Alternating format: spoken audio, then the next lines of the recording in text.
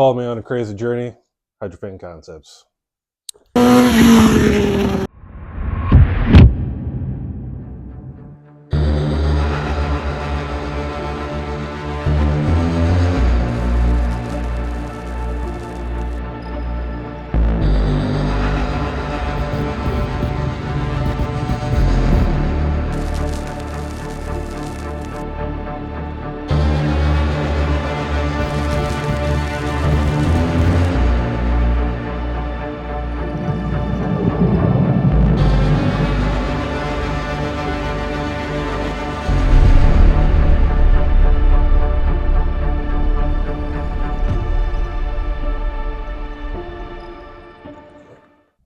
So I started this project 7 months ago, February, January timeframe. I guess when I initially went into it, I didn't think about like how long it was going to take. Let's just say everything was like broken on this thing. So the bike, I bought it at auction.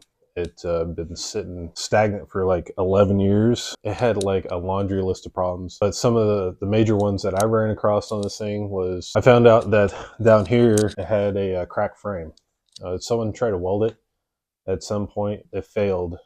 And it also actually had another crack on the other side that was starting to show up too. So I had to grind those out and then re-weld them. That was an unexpected piece that I had to take care of. As expected, tires were dry rotted.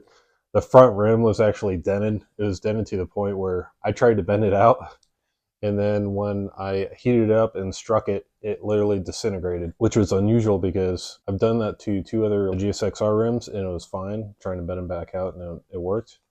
But this one like disintegrated. So it must have got hit so hard or something that I'm not exactly sure. But so I had to buy a new one. The forks, the dampeners inside the forks were completely shot. In fact, one was like banging around in there. You can't buy replacement parts for it. They don't make it anymore. So I had to go aftermarket. So I went to a race setup and I really like it. I also bought new fork tubes, because the fork tubes themselves were pretty rusty, a lot of rock chips. This bike has 37,000 miles on it, and so I had a lot of, just wear and tear on it. When I actually first started it a long time ago, and I did I adjusted the carburetors. I synced the carburetors, but I didn't know that there was a bank that was dead completely. I found that out later, and it was an ignition coil failure. So I ended up buying 2 new ignition coils and fixed the problem. It was laid down at some point on the right-hand side, so the handlebar on the right-hand side was bent to a point where the throttle didn't want to churn. So I had to replace all those components. There was some stuff bent up in the front. That was the only thing that was really damaged, I would say, as far as being wrecked. And then I also ran across the swing arm. The original swing arm. This is not the original swing arm. The original one was, it incurred a lot of damage from the chain falling off at some point. And it looked like Swiss cheese on the inside of it, and I didn't know. So I bought another used swing arm, replaced the bearings in it. And the chain guide, the rubber piece right here, there's like one guy I think that makes it. I didn't know at the time, so I bought a used one. But the original one that was on the bike was totally disintegrated, so I couldn't use it. That's kind of brings up another thing, like when you run into these, you rebuild these old bikes, and the parts, they're just hard to come by. For example, this, the covers right here, it took me a year to get the fuse panel side, and I paid like $240 to a guy all the way in Poland to get it. And that was probably the hardest part that I had to get on this bike. Yeah, the parts are not extremely difficult, but they're prove that they give you challenges, that's for sure, if you need to find them. And then as far as electrical goes, all the turn signals are completely fried and broken. And so I turned it into a complete LED setup. I've never seen it done on a CBR on this age, or there's no videos out there anyways. And the wiring is kind of funky as far as how it acted when I did LEDs. I've done LEDs in the past, and I've never had like the issues that I had with this thing, which was kind of weird. So I had LEDs all around, and then I had like a line on one side in the LED for whatever reason when I was hitting the right side. And so I ended up figuring out that I had to put a basically a 10-watt resistor. And so I dumped a 10-watt resistor on both sides on the LEDs, and that fixed the problem. But I also had another issue with the indicator on the dash. The indicator on the dash, it feeds on both sides.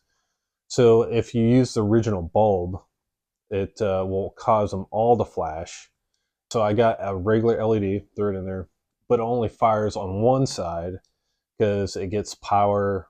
LEDs, unless it's a CAN bus, it only gets power to one side, so it would only work on one side. And so I figured out that I used a CAN bus one, and it got power to both sides, and it works perfect. And then I didn't have any issues after that. But that was probably like, man, the hardest issue I had to figure out because I've never seen anything like it. I was digging in the wire harness, saying there was a short somewhere. It was crazy. The powder coating the frame and the swing arm. Honestly, the reason why I did it was, well, one, I've never seen it done before. And then two, it was polished at some point.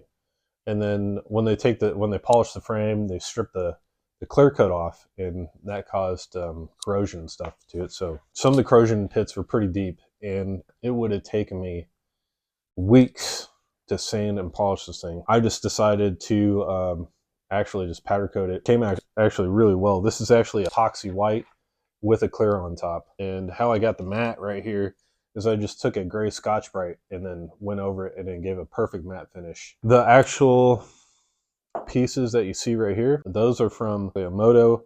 They're an aftermarket company that does fairings. They sent me a tank piece, which was for a later model.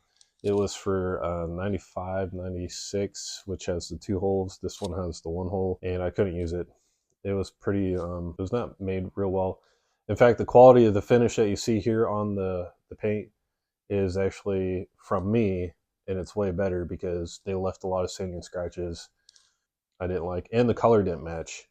So I actually ended up respraying the orange and then color matching it. This was the only second project that I had to learn how to powder coat. It's a powder coating gun setup from Columbia Coatings. It's like their intermediate, not the professional, not the beginner set, but the intermediate.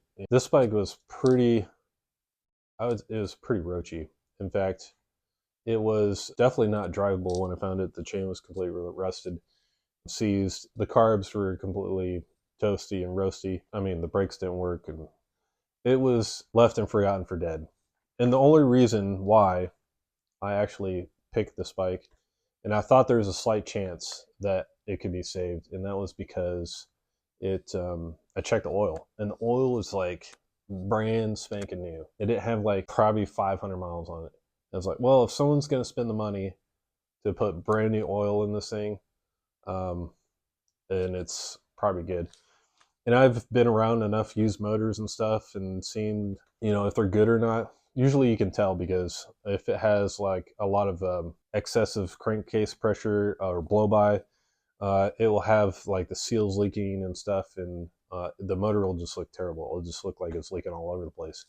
And I didn't have that with this bike. And so I was like, there's probably a good chance that the motor's still good. Just to give you an idea, like how many miles you can put on the motor. There's a guy in Australia that ran this thing for, I don't know, a long time. And he went all the way, rode all over the place. He put like 190,000 miles on one of those motors. 190,000. I can't even imagine, on a carbureted bike. It's crazy. He literally drove it until the wheels fell off. And that just showed like how tough these motorcycles are. This is crazy. Like when I found this thing, and when I first cranked it over, there was water inside the exhaust. In fact, the only thing that saved this bike from water not get into the motor was someone actually took the slip-on exhaust off, and so it caused the water to fall out early before actually coming up into the cylinders, and that saved the bike. But yeah, this thing has been a project. I probably spent like $6,000, $6,500 on it USD, 600 man hours. This crazy amount of time looking for parts and stuff. There's a reason why people get in projects and they don't ever finish them, and it's because they're so hard.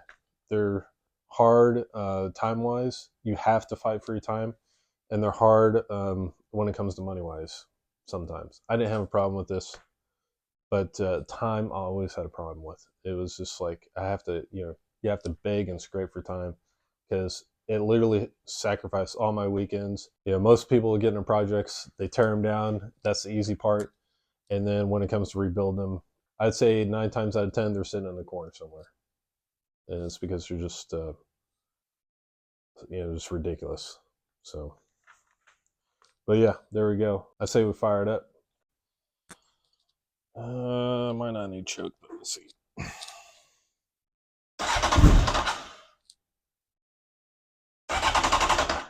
Yeah.